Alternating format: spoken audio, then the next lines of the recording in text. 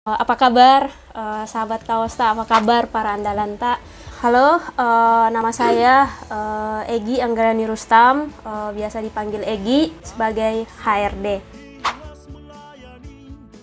Tantangan baru, karena untuk posisi HRD itu hal pertama kali yang saya lakukan, sehingga itu motivasi pertama ketika sudah di tempat kerja. Harus memastikan tim sudah tepat waktu, tim sudah berada di wilayahnya masing-masing, sudah siap kerja, dan menanyakan apabila ada tim yang tidak sesuai jam masuknya atau ada yang kurang disiplin. Melakukan semua progres-progres yang ada, program-program yang ada di HRD. Sangat kompleks ya. Suka dukanya apa saja, pasti banyak yang akan dijawab sebagai seorang HRD, khususnya untuk saya. Sukanya sebagai HRD itu banyak belajar, bisa memahami banyak orang, berbagai macam karakter, bisa berbagi pengalaman, karena HRD itu sering-sering berhubungan dengan orang-orang baru, khususnya pada saat interview. Nah, di situ bisa saling sharing dari pengalaman-pengalaman pelamar. Jadi ada hal-hal baru lah yang didapat. Yang menjadi duka itu ketika ada perselisihan di antara tim, ketika ada aturan yang tidak diikuti sama tim, itu dukanya. Ketika perusahaan menuntut untuk mencari tim yang betul-betul sesuai dengan budaya kita, sesuai dengan SOP yang diterapkan sama perusahaan. Nah, ketika sudah diberikan amanah seperti itu, ini menjadi dilema nih untuk HRD. Harus betul-betul mencari orang, karena mencari tim itu bukan semacam asal cari ya. Ini kayak mencari jodoh sebenarnya. Jodoh, mencari orang yang betul-betul sesuai dengan kita. Nah, itu hal berkesan ketika kita sementara interview, ini orang cocok apa tidak nih, ini orang sesuai nih dengan budaya perusahaan. Itu yang paling berkesan. Sentuh hatinya, internal dulu, dari dalam dulu, karena kalau kita sudah sentuh hatinya, sudah tahu karakternya seperti apa, kita lebih mudah memberikan instruksi, lebih mudah memberikan saran, sehingga tim yang pada awalnya ini susah diatur atau sering menyalahi dari aturan SOP, itu bisa kita selesaikan, sehingga komunikasi, cara menyampaikan sesuatu itu bisa langsung terrealisasikan ke tim yang bandel ini. Bisa dibarengi sama sistem punishment misalnya. Kalau misalnya punishmentnya masih kurang diterapkan, tidak tidak ada feedback. Nah, di situ baru perusahaan harus ambil tindakan. Selaku HRD, disitulah harus didiskusikan lagi ke perusahaan. Saya paling susah hadapi itu tim yang slow respon. Terus yang kedua, tim yang karakternya pendiam. Itu paling susah dihadapi tim-tim yang seperti itu. Saya lebih suka sebenarnya menghadapi tim yang agak sedikit cerewet, agak sedikit menggebu-gebu dalam menyuarakan idenya. Itu saya paling suka, karena tim yang pendiam itu terkadang kita bingung. Sudah dikasih arahan, sudah dikasih penyuluhan, caranya seperti ini loh, sistemnya seperti ini loh, aturannya seperti ini, tapi dia ngangguk, dia oke-oke saja, tapi ternyata nggak mengerti sama sekali. Nah, itu yang paling sebenarnya susah, tapi selaku HRD itu harus dihadapi. Kita nggak bisa mengkelompokkan mana tim yang nakal, mana tim yang mudah diatur. Tim itu harus keseluruhan, harus kompleks, tidak bisa memilih antara si A, B, C. Itu harus dia di tengah-tengah. Ini kalau diingat ini, mau bawaannya sedih, senang, campur aduk semua. Ketika baru-baru ini terjadi itu waktu karantina. Waktu adanya COVID-19 itu di awal tahun 2020. Waktu itu sangat dilema antara tim mau dirumahkan atau kita lanjut, perusahaan tetap buka. Nah itu yang paling berkesan itu, tapi alhamdulillah kembali lagi ke tujuan perusahaan, yaitu membantu, bukan cuma membantu tim, bukan cuma membantu konsumen, tapi kita keseluruhan. Kita membantu masyarakat. Jadi waktu itu kita karantina, kita bagi, ada yang dirumahkan. Kita di karantina kemarin itu di sini loh, di Kaosta. Ada beberapa tim dan ada yang work from home. Yang bisa work from home itu kita di rumah, dan yang karantina itu kita pilih-pilih juga. Dan selama 3-4 bulan itu kita karantina di situ, betul-betul akses untuk keluar masuk itu sangat-sangat dibatasi. Bahkan untuk keluar sendiri pun itu tim harus dilihat dulu, harus disterilkan dan lain-lain. Itu hal yang sangat berkesan. Bahkan bulan puasa itu kita karantina juga loh. Makanya kalau ditanya hal yang paling berkesan di Kaosta ya karantina tahun 2020.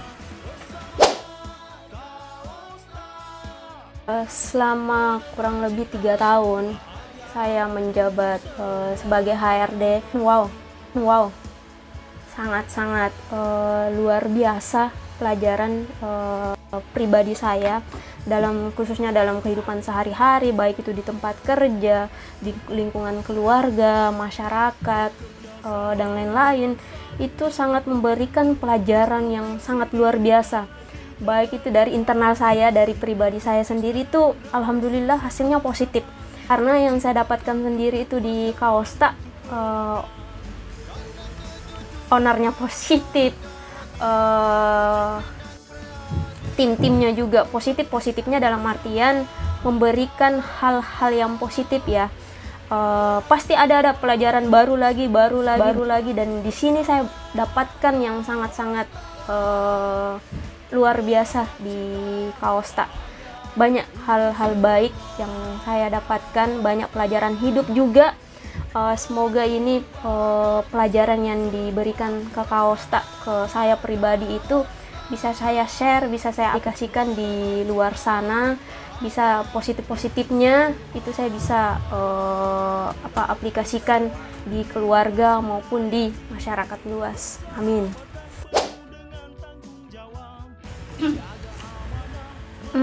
Sebenarnya masalah apapun yang dihadapi itu kita jadikan tantangan. Kita tidak pernah mengeluh, kita tidak diajarkan untuk mengeluh, kita tidak diajarkan untuk menyerah. Kita jadikan itu sebagai tantangan. Nah, tantangan yang terjadi selama saya sebagai HRD itu ketika tim ada yang resign, habis itu kita cari lagi, training lagi. Di situ kita ajarkan lagi mulai dari A sampai Z. Ketika ada tim yang bermasalah, tapi alhamdulillah tantangan itu sejauh ini bisa terselesaikan, bisa diatasi dengan baik. Ilmu-ilmu seperti ini nih kita diajarkan cara menghadapi yang namanya tantangan, cara yang menghadapi yang namanya fakta keras. Satu kuncinya jujur. Pertama harus jujur, tidak boleh pilih kasih. Jadi tidak boleh memihak si A, memihak si B. Itu harus, kalau benar ya benar, salah ya salah. Jangan mau manipulasi dengan sogokan-sogokan apapun itu. Jujur jujur dimanapun melakukan semua tugas dan tanggung jawabnya, job desknya, program-programnya, itu terutama jujur kepada semua perusahaan maupun di semua karyawan. Para HRD semangat berjuang untuk mendapatkan orang-orang yang terbaik, orang-orang yang siap kerja. Para Andalanta, You are the best. Kalian adalah yang terbaik. Bismillah, kita bareng-bareng mengikuti tujuan goalsnya perusahaan maunya kemana, yaitu membantu. Jadi untuk para tim, lagi-lagi ketika kalian berada di titik-titik terendahnya, capek boleh, mengeluh boleh, menghadapi masalah bisa, tapi kuncinya jangan pernah menyerah. Maju terus, semangat terus, jangan biarkan tujuan mulia perusahaan itu padam. Kobarkan terus semangat Kaosta, para andalan tak, kalian yang terbaik.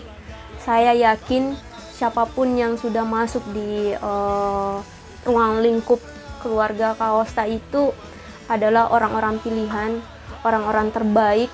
Semua isi-isinya, semua elemen-elemennya, semua itu positif-positif semua. Kenapa saya sampaikan seperti itu? Karena saya sudah rasakan tim-timnya itu seperti apa, orang-orangnya seperti apa. Jadi semangat, ceria terus, terapkan budaya-budaya Kaosta. Insya Allah ketika budaya itu kalian sudah terapkan, itu bisa diaplikasikan di kehidupan sehari-hari. Semangat terus. Terima kasih banyak Kaosta atas ilmunya, atas semangatnya, atas pelajarannya yang sangat luar biasa dari pribadi saya. Terima kasih banyak untuk semua hal-hal positifnya. Terima kasih banyak untuk semua ilmu-ilmunya, semua pelajaran-pelajarannya yang dari awal saya tidak tahu apa-apa sampai sekarang bisa menjadi HRD. Dan sampai sekarang itu saya sudah kemarin sudah saya review, saya sudah interview sekitar 479 orang selama di Kaosta. Alhamdulillah, itu yang prestasi baru lagi untuk saya. Semoga kedepannya bisa lebih baik lagi, bisa lebih positif lagi. Sukses untuk kita semua, sukses para andalan tak, dan terima kasih banyak untuk sahabat Kaosta yang sudah mempercayakan kami untuk memberikan pelayanan yang terbaik. Thank you, makasih banyak.